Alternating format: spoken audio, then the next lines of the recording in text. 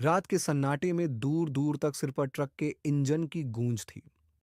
राजू, अनुभवी लेकिन थका हुआ ट्रक ड्राइवर, हेडलाइट्स की जुगनुओं जैसी रोशनी के सहारे हाईवे पर आगे बढ़ रहा था।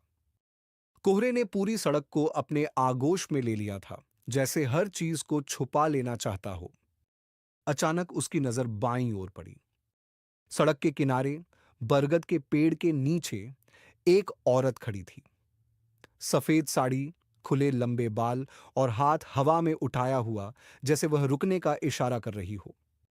इतने वीराने में किसी महिला का होना राजू को अजीब तो लगा, लेकिन मानवीयता दिखाते हुए उसने ट्रक को धीरे धीरे रोका।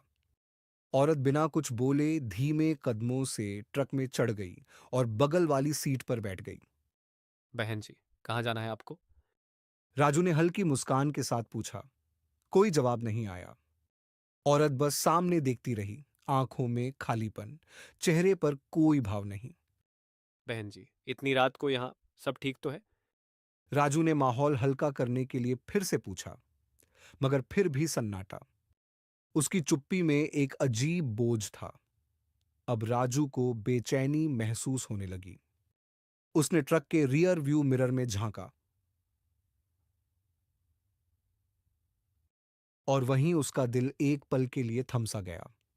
सीट पर बैठी औरत का चेहरा दिख ही नहीं रहा था, सिर्फ एक काली धुंधली परछाई। अब तक उसका शरीर पसीने से भीग चुका था। उसने घबराकर ब्रेक दबाने की कोशिश की, लेकिन ब्रेक बेमानी हो चुके थे। ट्रक अपनी रफ्तार में था।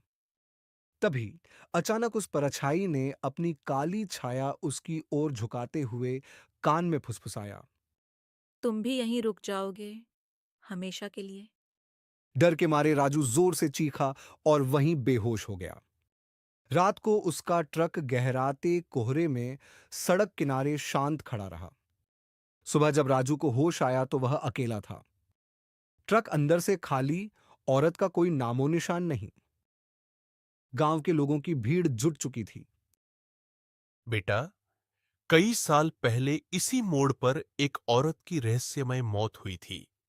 तब से हर रात कोई न कोई ट्रक ड्राइवर उसकी छाया देखता है। राजू के चेहरे पर साया सा डर था।